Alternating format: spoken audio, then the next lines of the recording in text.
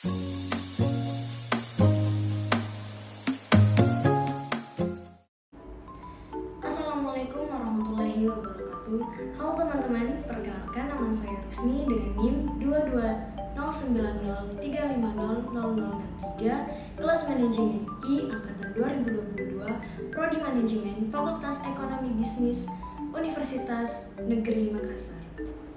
Tujuan pembuatan video ini untuk memenuhi tugas akhir mata kuliah Pendidikan Kewarganegaraan. Pada video ini saya mengambil materi Undang-Undang Dasar Negara Republik Indonesia tahun 1945 sebagai Konstitusi Indonesia. Di mana dalam materi ini ada 4 poin yang akan saya jelaskan, yaitu konstitusionalisme, konstitusi negara, Undang-Undang NRI 1945 sebagai Konstitusi Indonesia, dan yang terakhir adalah sistem ketatanegaraan Indonesia. Yang pertama adalah konstitusionalisme. Konstitusionalisme adalah gagasan bahwa kekuasaan negara harus dibatasi serta hak-hak dasar rakyat dijamin dalam suatu konstitusi negara.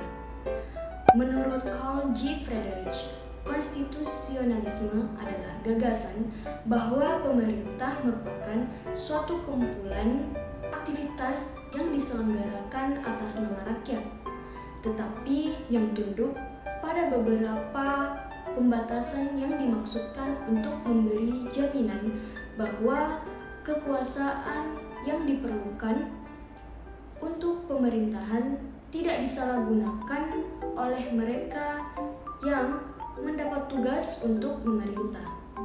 Dalam gagasan konstitusionalisme terdapat 2 ciri hal pokok, yaitu yang pertama, konstitusi itu membatasi kekuasaan pemerintah atau penguasa agar tidak bertindak sewenang-wenang terhadap warganya.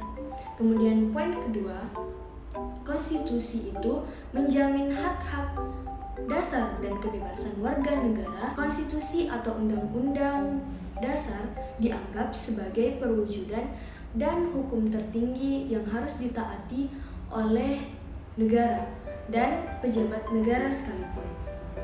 Hal ini sesuai dengan dalil by the law not by man, atau pemerintahan berdasarkan hukum bukan oleh manusia. Nah, selanjutnya, apa sih itu negara konstitusional? Jadi, setiap negara memiliki konstitusi sebagai hukum dasar. Namun, tidak semua negara memiliki undang-undang dasar.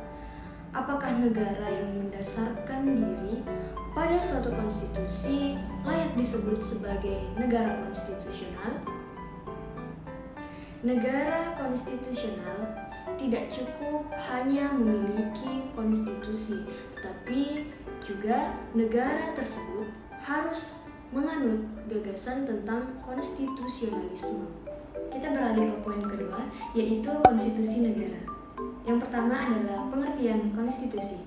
Dalam kehidupan sehari-hari, kita menerjemahkan kata Inggris constitution atau konstitusi dengan undang-undang dasar. Konstitusi juga dapat diartikan sebagai hukum dasar. Lalu bagaimana sih kedudukan konstitusi? Yang pertama, sebagai hukum dasar.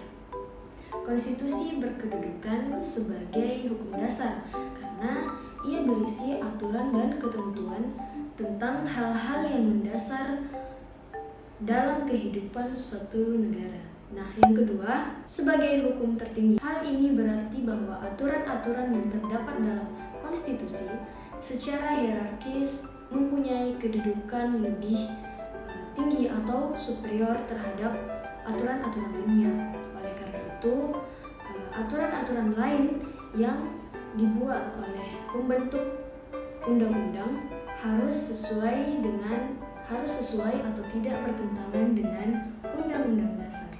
Baik, selanjutnya adalah isi, tujuan, dan fungsi konstitusi negara.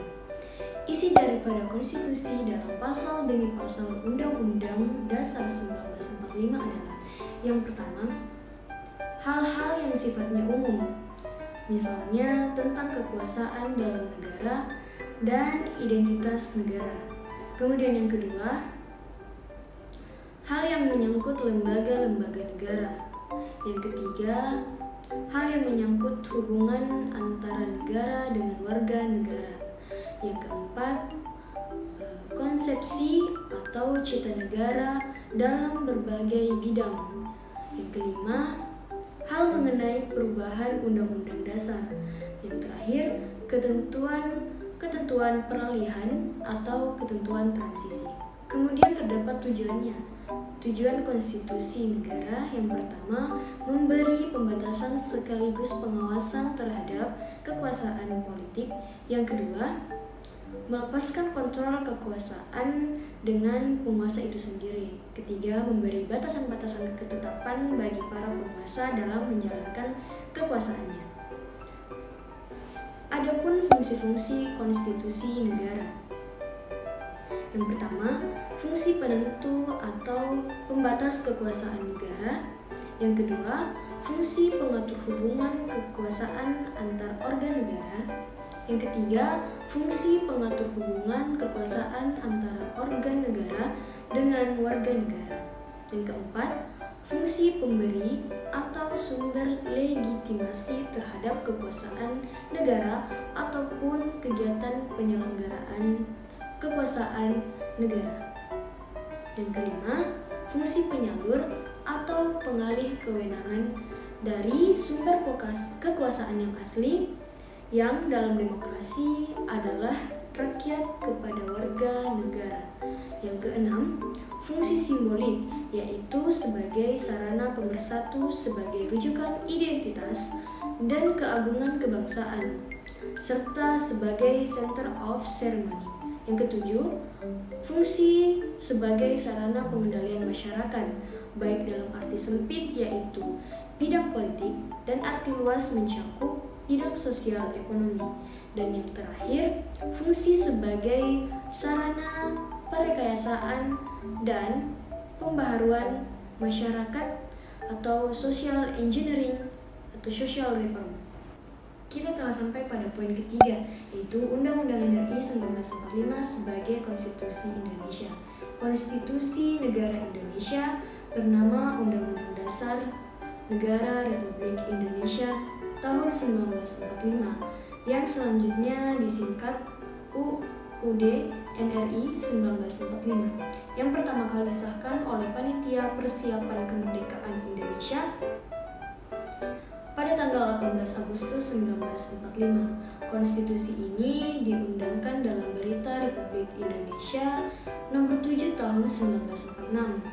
Sekarang ini, setelah dilakukan perubahan Undang-Undang Dasar dengan cara addendum, kita memiliki naskah resmi Undang-Undang Negara Republik Indonesia 1945 dan Undang NRI 1945 menempati tingkat tertinggi. Baik, poin terakhir yaitu sistem ketatanegaraan Indonesia, di mana Indonesia bentuk negaranya adalah kesatuan, bentuk pemerintahannya adalah republik, sistem pemerintahannya adalah presidensial, dan sistem politik adalah demokrasi atau kedaulatan rakyat. Itulah penjelasan singkat mengenai Undang-Undang Dasar Negara Republik Indonesia tahun 1945 sebagai Konstitusi Indonesia. Nah, dari penjelasan tadi dapat kita simpulkan bahwa konstitusi negara kita Indonesia adalah Undang-Undang Dasar Negara Republik Indonesia 1945. Isi dari konstitusi bercirikan dua hal pokok, yaitu kekuasaan negara harus dibatasi dan hak-hak dasar rakyat dijamin. Terakhir, semoga video ini dapat bermanfaat bagi teman-teman yang menonton. Sekian dari saya. Wassalamualaikum warahmatullahi wabarakatuh.